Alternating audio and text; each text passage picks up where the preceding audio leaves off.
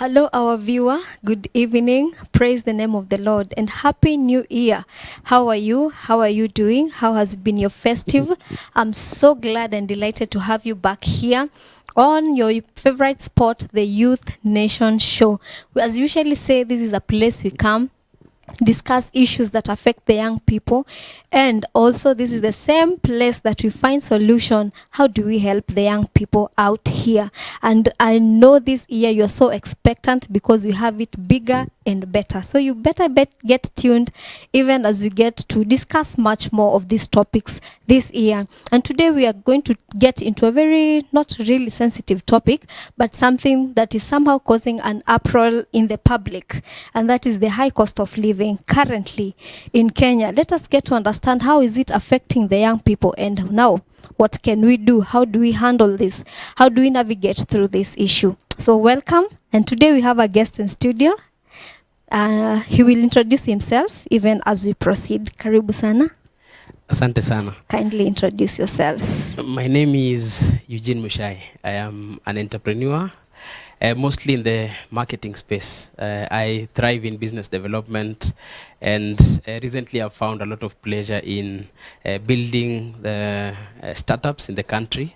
So playing part in the startup ecosystem, understanding entrepreneurship from a startup perspective, and also seeing how to move startups from the startup level to SME level. So most of my engagements are mostly within young people and among young people. We do a lot of trainings and events that relate to networking, business development, venture capital access, as well as how to leverage technology and innovation to solve societal problems. So I'm very delighted to be here today and very excited to have this discussion with you. We are so delighted, and karibu sana. Currently, the social media, the mainstream, everywhere, the topic is why this kind of inflation that is happening currently in Kenya. And as we can see, we have about 4.5 million young people who do not have jobs. And now with the current situation that we have where people don't have jobs, they are struggling, and at the same time, the cost of living is high. Tell us more about this. Great. So what is happening in Kenya is not a very new phenomenon. It's a phenomenon that is global. Inflation is rising globally, and this is caused by a lot of factors, both local and global factors. In the local scene, for example, we cannot ignore things like the long drought that we had between 2022 and 2023, which really affected a lot of our production as a nation. It really affected our agriculture, which in turn also affects the way we are able to create or generate food and other resources from the local scene. We also cannot underscore the Russia-Ukraine war that caused a few turbulences in the global economy in terms of how things were moving or products are moving in and out of the country. And so that also affected us, especially in the past 2 years, 2022 and 2023. We also have to be very keen on how, for example, global inflation is also rising. For instance, the cost of oil and other fuels has increased globally. And so it's only that probably we could be feeling it because it has come at a time when you're also probably facing drought. Thank God that we had the rains, and now we are able to produce a little bit more. Inflation could also be looked at from the perspective of how our Kenyan shilling is performing against the US dollar, the sterling pound, and other global currencies. So our dollar has not been performing very well in the view of a lot of youths, and also even in the view of most of the citizens of this country. That is a great contributor to even how the citizen or the common person is able to access products. Kenya is predominantly a net exporter of our produce, but Kenya is also a net importer of what is processed. That means we are selling at a lower rate and buying at a higher rate. And considering that our shilling is weaker than most of the global currencies, Yes. you find that we have to struggle a little bit more than probably the other countries. Coupled with the fact that we had politics in 2022, which we have seen traditionally politics will affect our flow of incomes, our flow of investments, and even how people interact with resources generally. So apart from inflation, politics was also a very big factor, playing in terms of incomes, distribution of resources, the way we attract investment, and also how we distribute investments in Kenya. So that period, 2023, was also affected by our electioneering period, which was very, very hot in Kenya in 2022. It is true. Yes. Wow. That was quite some good information. Now, coming back into the young people's lives, I believe the high cost of living has changed their aspirations and even their career path. Why do you think we have this kind of change of trajectory? I'm not very sure I have the correct statistics about people changing their careers, but it's true that people are starting to think beyond what is traditional, what is conventional. For me, I take it as a very positive aspect of life when we can start thinking of new solutions for our problems, because the world is moving fast, the global market is moving fast, and so Kenya cannot be the place where things have to move slow. Yes, true. In perspective, a lot of youths have now embraced technology. Digital marketing, social media marketing, online business, internet marketing, internet business is now on the rise in Kenya. And not just in Kenya. That is happening world over. The world. So what I have observed from among the majority of the young people that I interact with is that a lot of people are now embracing online jobs, online marketing, and anything that we can do at the lowest cost. I've seen university students doing research, assisting researchers to conduct research, both virtually and physically, and that has really contributed to them being able to raise an income. I've seen young people engaging in digital marketing or social media marketing at a very intense level, where now even bigger corporates, corporates that we didn't expect could employ casuals to deal with marketing, are now embracing the idea of gig economy, and which is also something that has been on the rise since basically from 2016 to date. The gig economy has been growing each and every day in Kenya, which is also impressive. The other thing that I've seen is that a lot of young people will study for one degree and practice in another trade, which is okay, because with knowledge, with basic education, you're normally given power to read and do more. So if you can translate the education that you got, for example, people who study business are able to translate their marketing training or advertising training into digital marketing, which probably they were not taught in school. So I'm looking at it from the perspective of just taking advantage of what is available as you look to grow your career and become better. I'm also excited at the way Kenya has embraced the whole idea of influencer marketing. And so young people are just doing amazing stuff, getting into creative arts, getting into digital spaces, and doing amazing works, creating content for themselves, for the community, and also for businesses, which is really exciting. And I'm looking forward to a time when people will be able to do 2 or 3 jobs and be happy about how they're making an income from different sources. If at all, it will increase their well-being and also increase the way we run our transactions and also the way we grow our economy. And if that is pulled and centered around young people, then we have a better future as a country. It is true. Where the gig economy will take us to the next level of our economic development. Internet, embracing the internet, businesses and related issues will also take us to the next level, so that we don't have to rely on parents' support and what a lot of people will want to be just helped. So I think the growth of the internet and a lot of online industry and digital industry is helping more young people to become bosses, to become entrepreneurs, which is an exciting direction that we can take as a country. Yeah, but still on the same thing. Currently we see with the layoffs in the corporate, in all these places, now people are not embracing, especially the young people, they're not embracing the white collar jobs. And that's why I think TVET is getting more advanced, because now people want to do technical things that they can do by themselves instead of getting employment. How true is this? Again, I'm not in a position to give facts about the movements. I've not done that research so intensely. But from my general observation, I can tell that a lot of people are moving from white-collar jobs into entrepreneurship or in the informal sector. It doesn't mean that they're going to perform worse in the informal sector. That has contributed, on the positive angle, that has contributed a lot in how the gig economy is growing and how the informal sector is growing.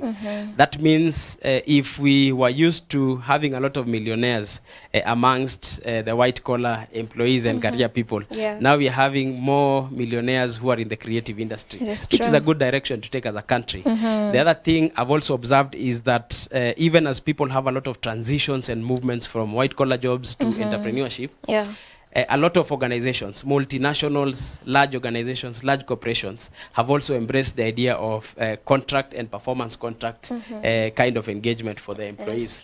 That means, in as much as I am moving from one organization to another, I'm probably moving from this organization to the other and not really getting to entrepreneurship or the informal sector. And that's why I think the only thing that we have is a lot of fast movement and fast transition from one organization to the other, and from probably, because I've also seen people coming from entrepreneurship and getting into employment, and it works. So the rate of movement from corporation to corporation is at a rise because people are getting smaller contracts. I think very few people in the economy now are on permanent and pensionable terms. Most of them have small contracts, and that's a good thing because it also helps everyone to keep working and keep performing better, which means we can have a more sophisticated, a more competent labor force as we go along and as we grow as a country. It's true. Now, talking about the inflation and all this, it means then the income is lower currently. And when we come now to financial independence, the young people out here are suffering. How do they plan themselves with the little income they have? Great. So the government of Kenya has also been in a very tricky situation, a very complex situation where in the eyes of a lot of economists and economic analysts, the country has been trying to maintain our inflation rate at probably 5%. That is an ideal. We all want to get there. But even with the ceiling that had been put earlier on, I think about 3 years ago, of about 7.5, we still passed between 2022 and 2023 the 7.5 extendable ceiling to around 9.6 rate of inflation. That means people are earning the same or even less and spending more. Exactly. That affects especially those people who do not have an income or a stable income, and those who are not able to also have consistency in terms of what they are doing and how they get their incomes. The youth are affected. Definitely. Absolutely. That is a fact.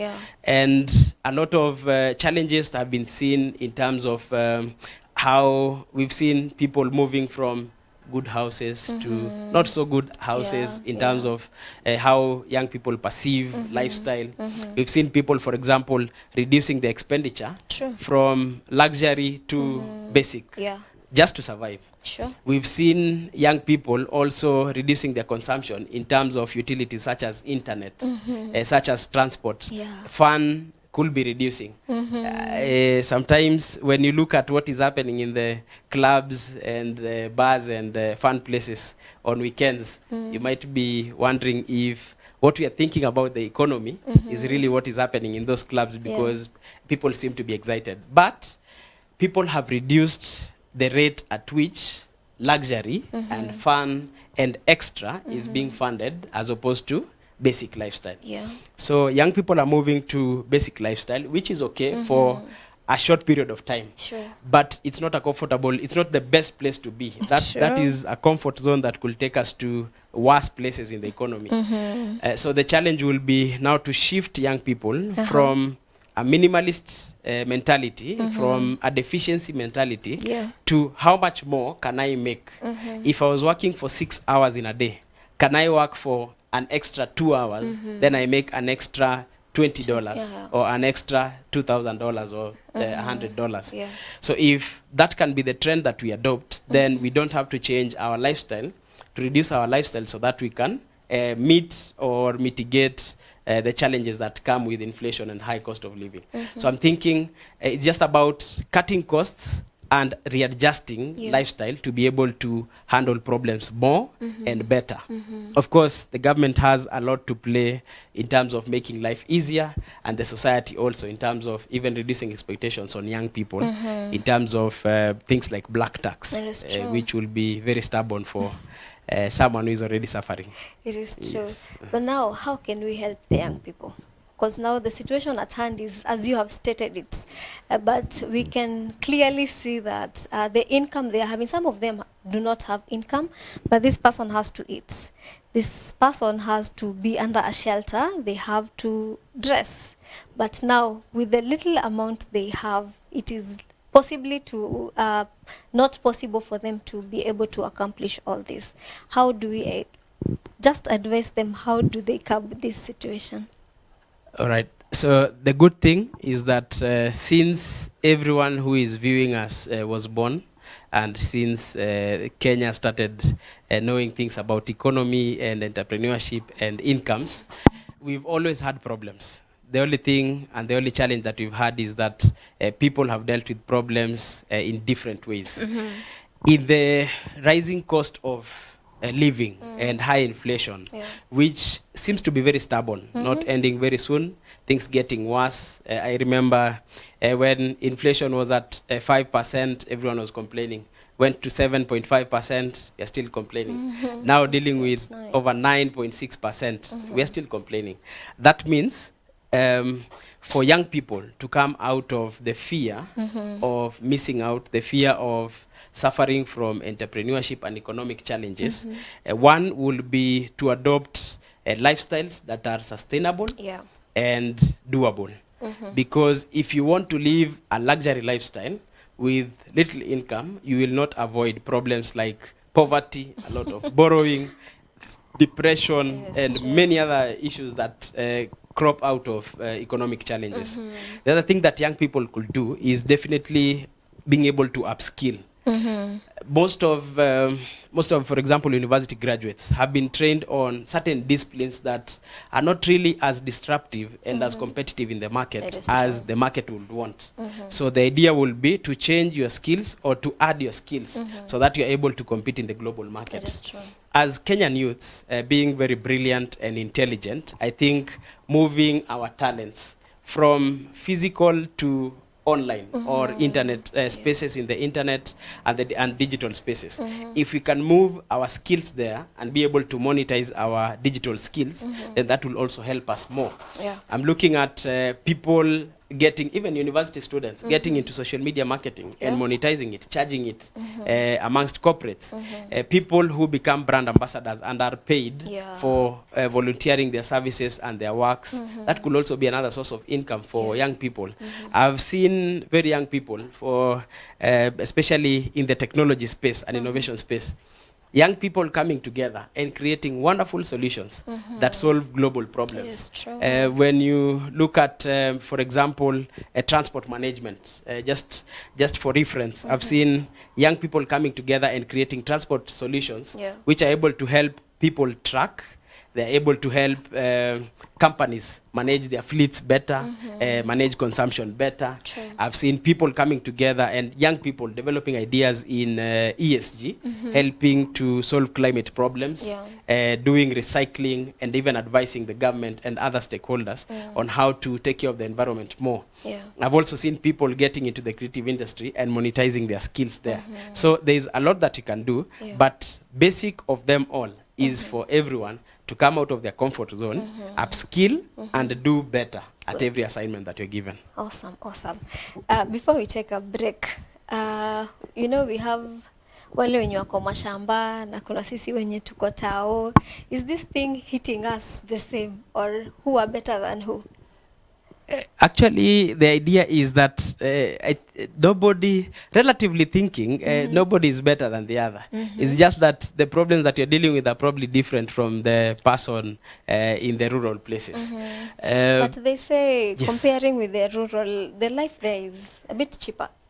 It could be a bit cheaper because for them or for people in the rural places, probably their fun is not the same fun that you have.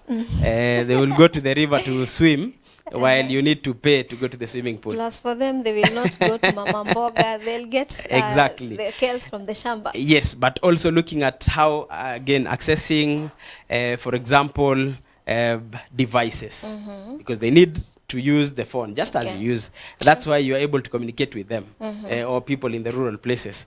I'm looking at how expensive is it for them to access internet that you're accessing at home. I'm also looking at how they access devices.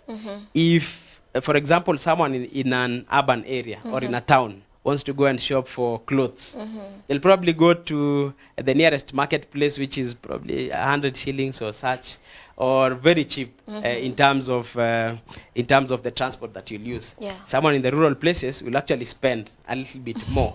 So the imbalance is created by the compensations that we get.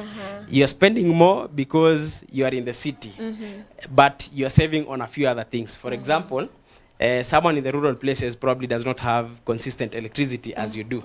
So you can work for 18 hours or 16 hours, but they can only work for 8 hours.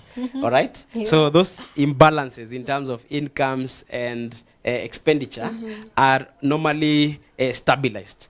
And when you look at the way infrastructure has been built, the way communication is being improved, you'll find that those differences amongst the marginalized communities and vulnerable communities actually being reduced every single day, so that someone at the farthest place in Dadaab is able to access a mobile phone, airtime, internet, home fiber, just the same way you are accessing it in the city. So the imbalances are reducing, and that is a good place that Kenya is going as a country. That is beautiful. Now, even just remembered, you have mentioned the effects of the current state of the country. And now, do you think it has an impact in the mental health of the young people? Because, of course, with the unemployment, people trying to figure out, now they are trying to look for other solutions, other getting into alcoholism, into drugs, as a way of an escape. How can we address this? Anyone will be stressed about fear. And fears are created by many things. Some of them are just imaginations. People imagine because there is high inflation, then the income has reduced. That is not a fact. That is relative, totally relative. But their pockets are saying otherwise. No, they could be saying otherwise because they're spending more time sleeping as opposed to working. So mental health is affected by, mental health issues are caused by many what we call underlying factors. So if the society has trained us to receive from our parents until we are 30 years old, then between 25 or 23 years, when you have already finished college or university, and you're thinking, what will I be doing for the next 7 years if my parents are not able to cater for my needs? So that's already a trigger for mental health problems. When you look at the way your counterparts or contemporaries are generating incomes, you find someone has started social media influencing, and they're doing so well. You've tried it and it has actually not worked. That is also another trigger for mental burdens. The idea is to now come from fears to now invest in a lot of information. Because if you don't have information, people say knowledge is power. If you don't have knowledge, then you have very little control over situations around you. I'm looking at a friend of mine who is just about, I think right now he's about 21 years. And he has won awards for creating solutions, AI solutions for persons with disabilities across Africa. So I'm trying to think, this person has just sat down, invested in research, consulted, and developed a product. What will stop any other person from thinking and doing as much as possible? We have, through the government initiatives, we have places where young people can test their products, manufacturing products. You can do production. Yeah. You can come and test how juices are being produced and processed, how you can process fruits and make them more valuable for the international market. But I can almost assure you that very few, a very small percentage of the Kenyan youths are accessing those opportunities, not because the information is not available, but because young people are not proactively collecting or going to get that information. And so no matter how much is being done by the government and government agencies, by societies and groups, we still expect to have a lot of challenges unless a lot of impulse and pushing is done. And I think the government, the society, does not have a lot of energy for pushing people. So unless we push ourselves, that is the only time that we shall change our own story. Yes. So if you're a young person out there, take the initiative. It is all about you taking the initiative and getting out there and find something for yourself, because definitely there's something for every one of us. Now, I have this interesting question. Do you think the high cost of living has affected the decision of young people to get into marriages and having children? Great. As we mentioned before, finance and economics will always affect many other aspects of the society. Yeah. My friends, the few of them that I interact with, have told me that they fear getting into the institution of marriage or commitments and such. And that explains why a lot of young people will probably consider getting married very late, when they've collected or worked for a long time, saved a little bit more. Of course, that has a lot of other problems, societal problems, cultural problems, because you'll still handle the question of what are you still doing after 30? You're still not married and such things. The issue of getting children and such, more young people want to have 2 children, which is culturally not what is most acceptable in Kenya. In Kenya, probably we would want to do a lot more children, 5 children and more. Even God told us, go ye and multiply. Yes, so now people are choosing to just minus instead of multiplying. And it's just being contributed by such economic factors.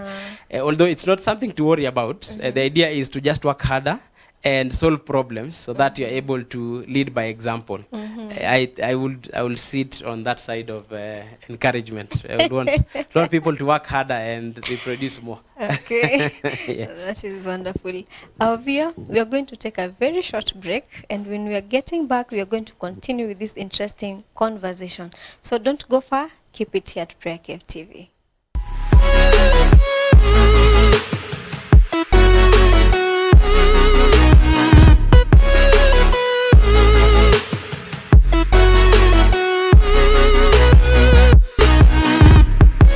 Welcome back, our viewer. Thank you so much for always keeping it here at PrayerCave TV. And I believe that you get blessed by every program that we bring to you, because it is meant to edify you, to encourage you, and of course, leave you a better person. And welcome back to Youth Nation. Today we said we are talking matters, the current, whatever is that's happening now in the nation, the high cost of living, and we have seen the challenges.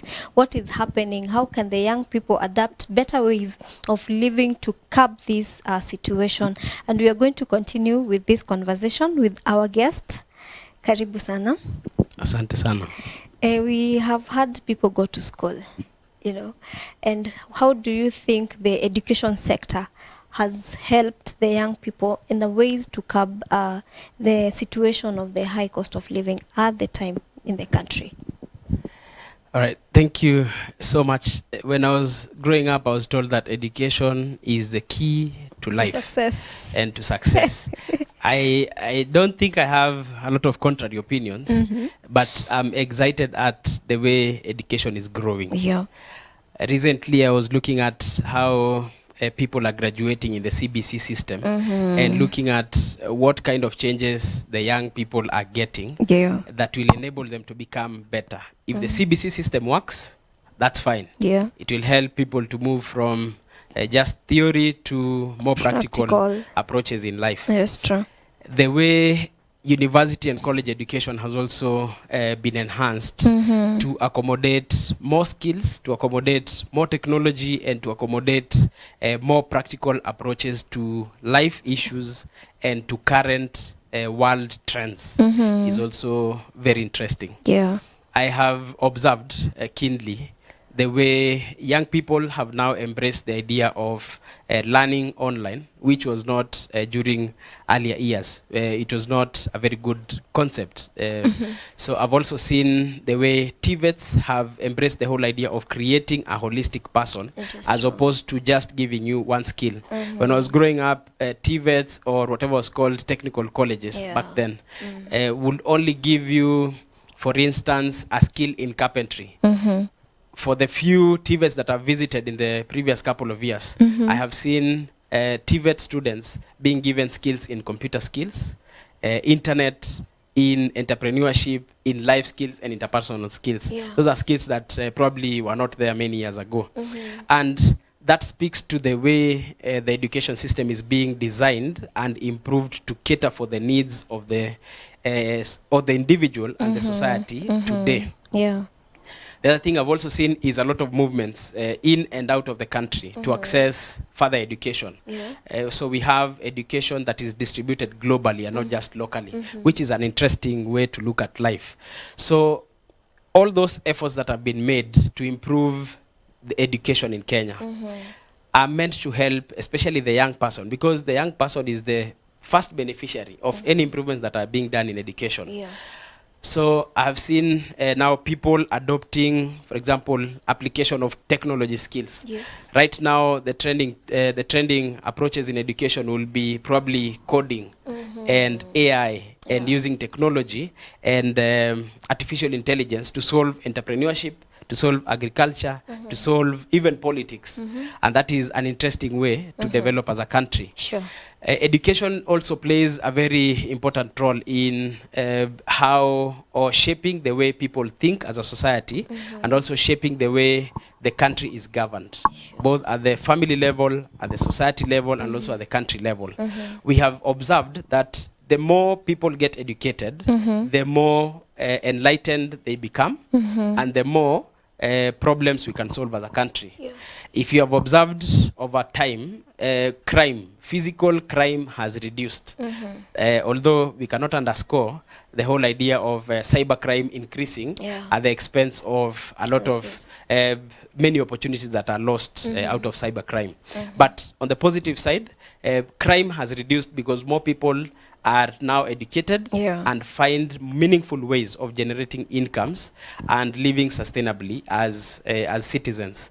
So education gives us the basics for us to acquire for us to acquire skills to solve problems and to be able to become better in the society. I'm also looking at education as one of the tools that is being used to shape our culture, our character, and our morals as a society. So education helps us to know how to live with each other, how to, for example, promote peace, how to be resilient. I've seen subjects like mental health being introduced in schools, life skills trainings being introduced in schools. I've also seen, for example, at tertiary level, you'll find people being trained on personal branding, personal development, interpersonal skills, and how to relate with each other. So that when you get to the career world, then you are a better person. You can sustain yourself in entrepreneurship, in career, and also we can raise a stronger society out of increased knowledge, enhanced knowledge, and enhanced knowledge application, which is very important. And those skills, acquired and applied, will help us to solve the problems that are affecting us, like inflation and high cost of living. Because now you can calculate that if at this level of income, I'm able to solve this kind of problems, how much more can I do if I apply these other skills that I get? Absolutely. I've seen people who've been in careers for 10 years, or 20 years, now gaining extra skills in internet works, computer skills, coding. I've seen people even getting into fintech after many years doing education. And so the way education has helped us to even be adaptive, that really speaks to how we can solve our problems as a country. And young people are at the highest advantage of converting that knowledge into practical skills. On the same topic of education, now flipping it on the other side, the cost of education has increased tremendously. And of course, this has caused a financial strain amongst the young people. How can this issue be addressed?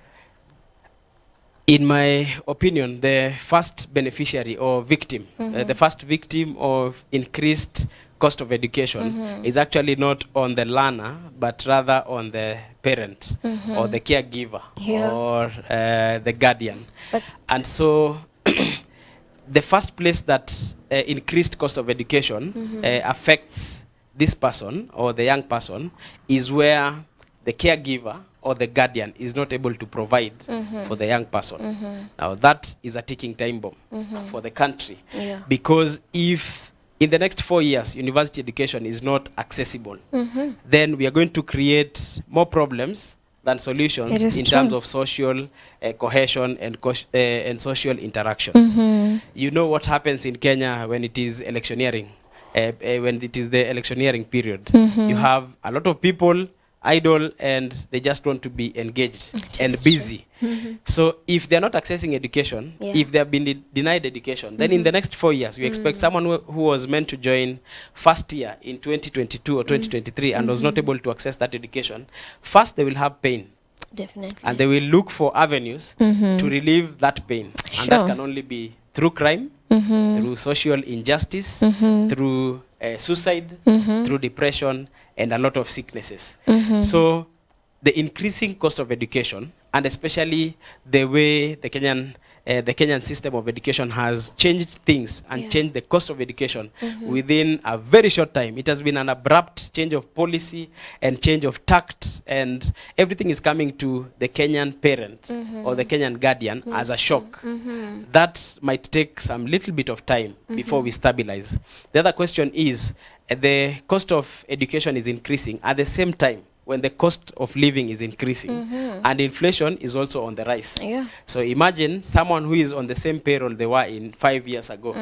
You're earning the same, but your costs have increased to over 12% of what you used to spend. Yeah. That's a big problem. Sure. If education out of that income has increased your expenditure with more than 5% or 10%, Yeah. then that means you're not able to solve 10% problems that you'll Have solve solved. 5 years ago. And that's a big problem, because now it reduces the level of living of people and the capacity at which you are able to buy and produce. It is All true, right? yeah. That will also affect other sectors, because if I'm having to sell land so that I can educate Your my son or children. my daughter through university, Yeah. and that means in 5 years, if my daughter or my son is not able to help me get land, because that is how we've grown thinking, like we need to educate our children so that they can give us the lifestyle that we missed.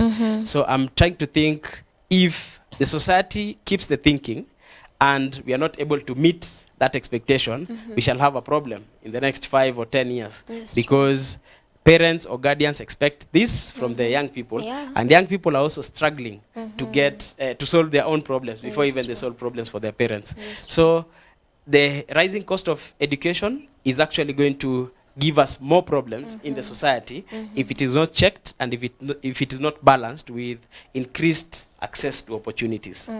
And so the challenge is to the government to balance the way the policies are being implemented with the way young people are able to access opportunities. That way we shall strike that balance. It is true.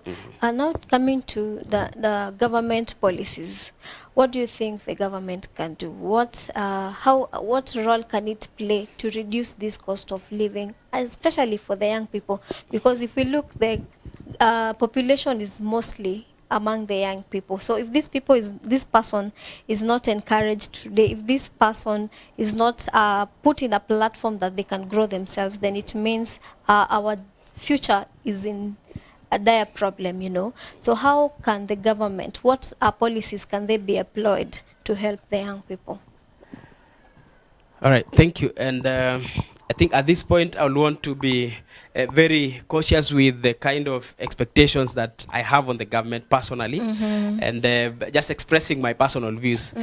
I think I would applaud the government for the efforts that have been done, especially the previous government, and part of the work that has been done in this current regime in Kenya, is that there is a program in every county where investment development is being cushioned, it is being promoted, and it Yeah. is being supported. That one has been done. In most of the counties, you'll find that the county governments have programs for young people to access entrepreneurship skills training, investment training. Some people through the office of the first ladies or the first gentlemen, you'll find they have programs to empower women and especially young women to access funds or to access investment or capital to generate business. Counties, for example, in southern Kenya or eastern Kenya, where we would expect a lot of agriculture not to be happening, is now, so a lot of effort has been put to those sides. So you can have a lot of agricultural production in counties like Makueni, which is doing very well in terms of converting the normally labeled arid area into an agricultural productive area. So the government supporting investment and entrepreneurship development through the counties is actually a big plus. And that started from the previous regime up to the current regime. The other thing that I've observed in terms of government interventions is the effort that has been put to fight drought in the past 2 to 3 years in Kenya. We cannot underscore the fact that drought is not something that you would actually plan for and evade as efficiently as the demand will be. So predictions were there that we'll have rain 2 years ago, but the reality is that those predictions didn't work. The government will be blamed for such challenges that come out of drought. And so I've seen efforts that are being done by the government and international organizations to support us as a country to deal with drought and drought-related challenges. I've seen dams being created, of course, apart from the few that haven't been created. So I've seen dams being developed, and that actually even irrigation being promoted across the country. The other thing that I've seen in terms of fighting drought is even educating the community on how to deal with drought and how to mitigate the risks of drought.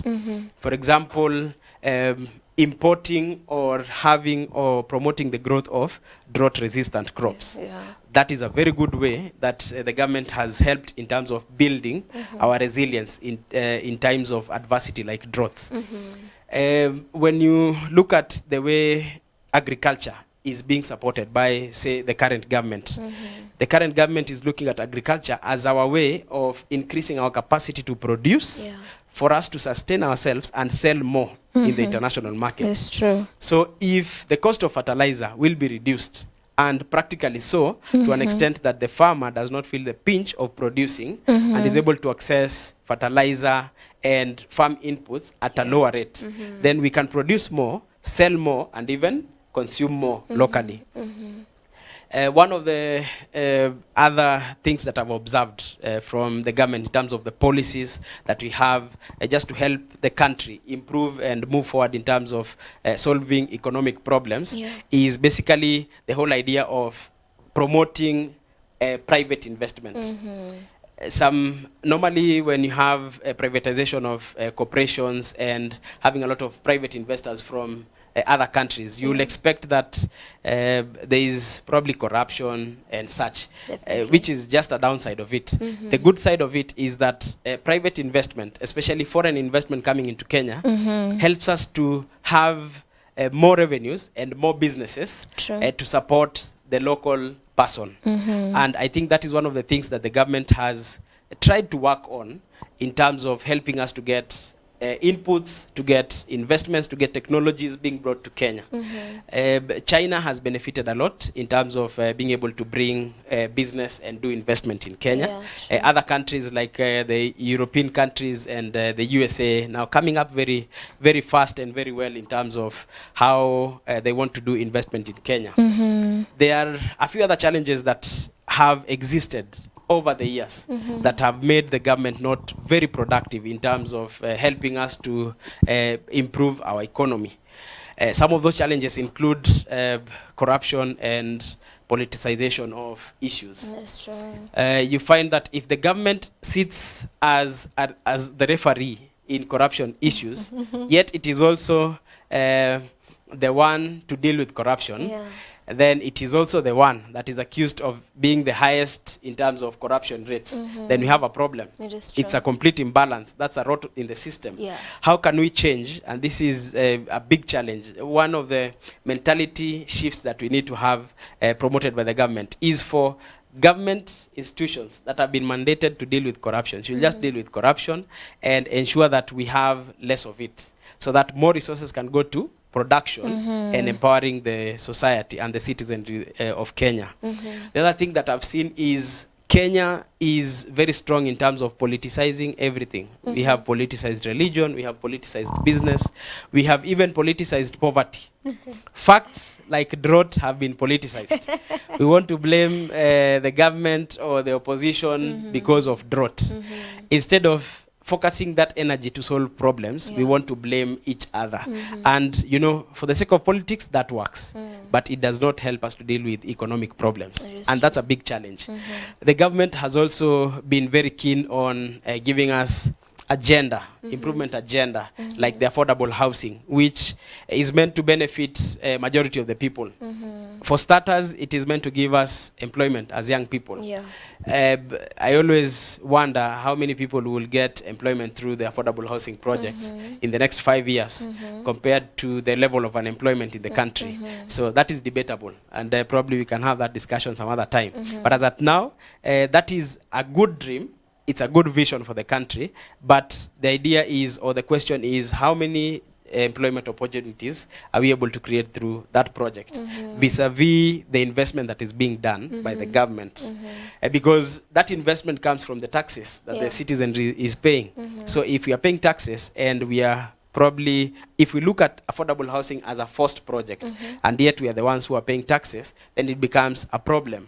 And that is a breeding ground for politicizing issues. The other challenge that exists in the country is basically the whole idea of infrastructure. A lot was done in the previous regime in terms of infrastructure, connection, and such. The current government has, in the past 1 year, told Kenyans of how infrastructure is desired for the country. Very little has been done in terms of improving infrastructure. So what can we do to change that narrative from a wish to an action? If infrastructure can be strengthened during this time so that movement and mobility is improved, then that will help us to mitigate the high cost of living and a lot of challenges that we are facing economically in the next 4 years, as we realign and as we readjust as a country to deal with global economic issues and recession, because that is a fact. Yes, sure. When you look at climate action and things like e-mobility, something that is working in other countries is something that we can promote in Kenya. As at now, what has been observed is that e-mobility is one of our biggest desires. But how much is being supported in terms of the private sector development or the transport sector development, in terms of the private sector or the transport sector being able to move into e-mobility so that we can spend less on fuel and save that or those resources to go to something like agriculture, which gives us more resilience as a country, so that we don't get hungry yet we are taken as a food basket.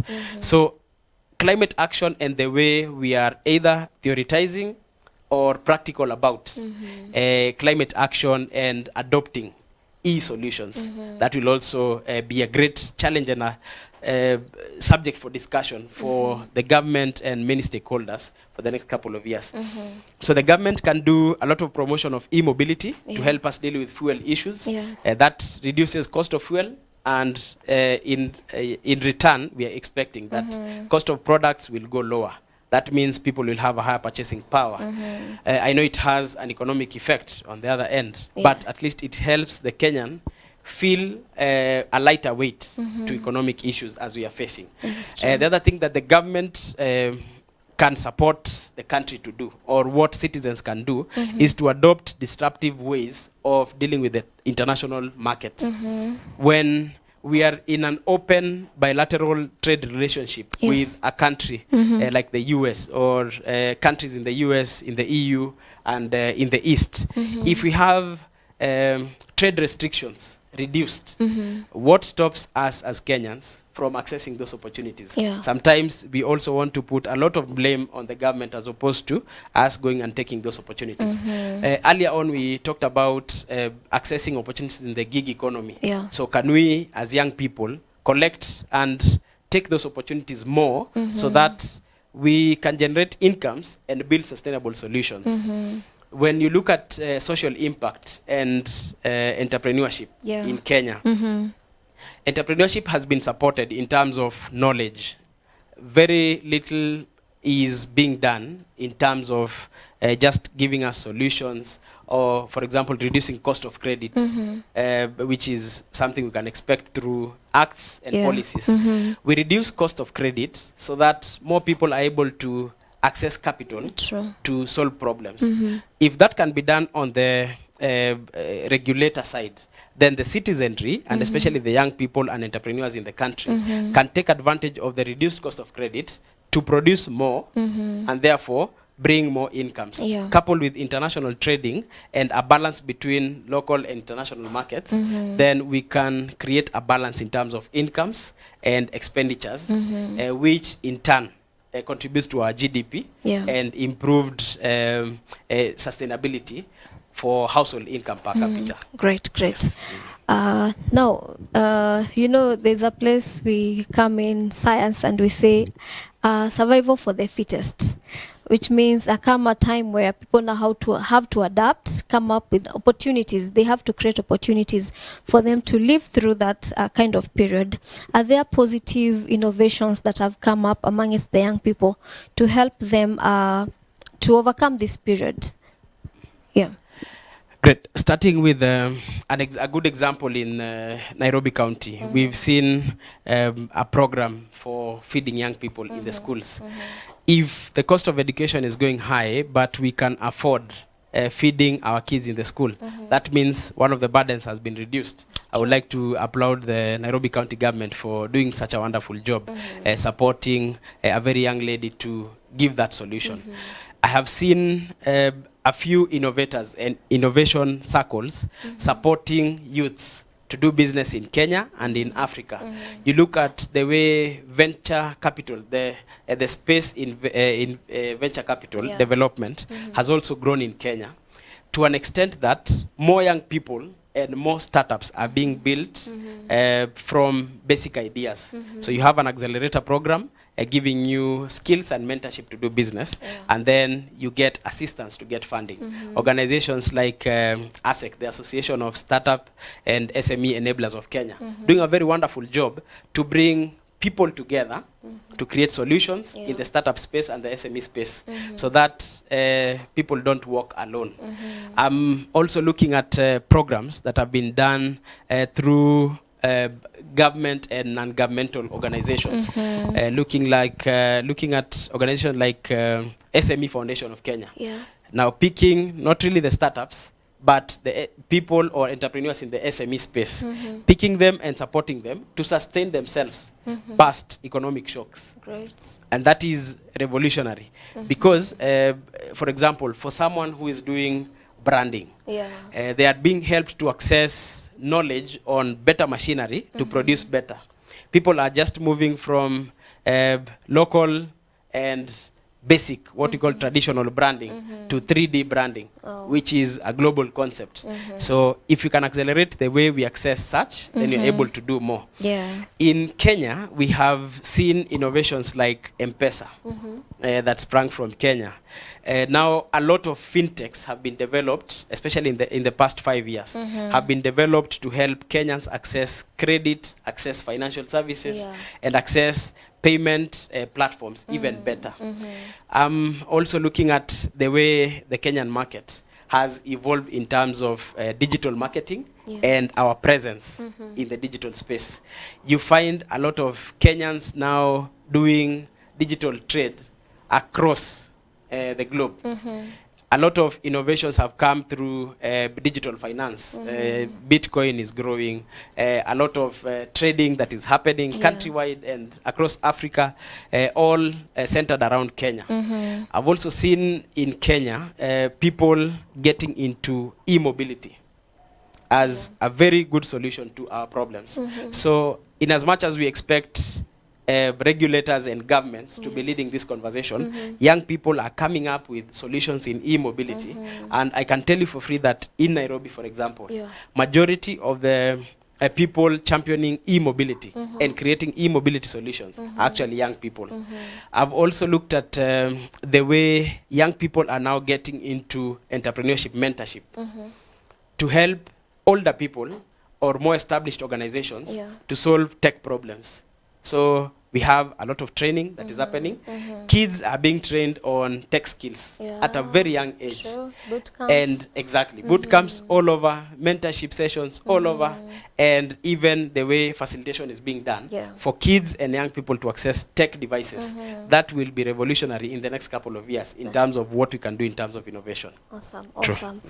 Do you think we have community-based support networks that help the young people who are now feeling the heat of the high living costs? Yes, the one advantage of being in Kenya is that the society is receptive. We have high hopes, we have high faith, and we also have a high way of social connection and relation to most of our problems or the problems that we face.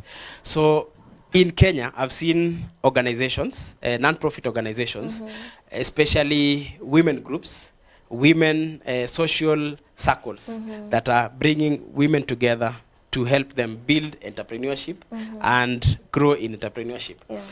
In universities, for example, you'll find innovation centers.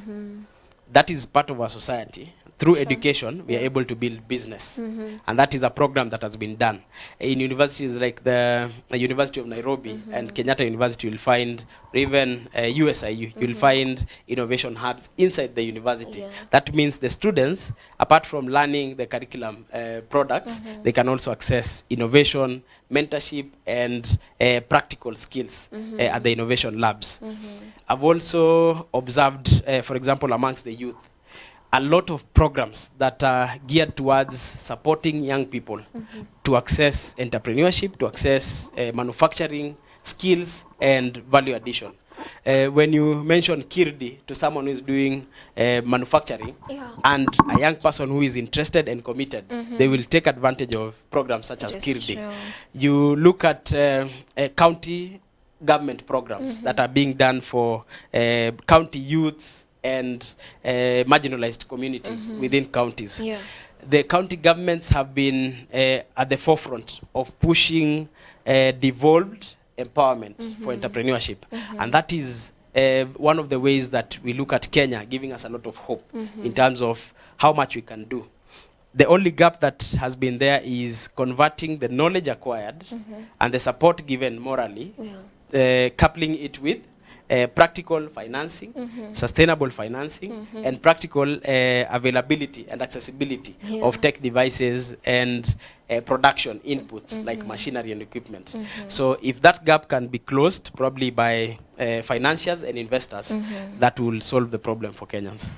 Wow, this topic is just broad and getting deeper, you know. There's someone who's looking at us and thinking, why are you guys not talking about the taxes, you know? But time is not on our side. Maybe you can give us a parting shot and encourage someone who is really thinking that this thing has got them down. Great. So, as I mentioned before, problems have always been there. They will always be there. How we deal with the problems is what really matters. And as an entrepreneur, from 2020, when we had a lot of economic challenges occasioned by COVID-19, and a lot of disruptions happened around that time, matters entrepreneurship, technology, and even the way we view careers and the job market. Those changes will just have helped us, and I think that is one of the achievements that we got as entrepreneurs, to think more, think better, and solve more problems. So one of the challenges I would want to give to young people is just get out there, seek a solution to to a problem that you have experienced first. Look at problems that are being faced by other people in the economy and solve problems for them. Yeah. There is enough support, enough moral support. There are enough organizations that are supporting young people to access entrepreneurship funding, entrepreneurship mentorship.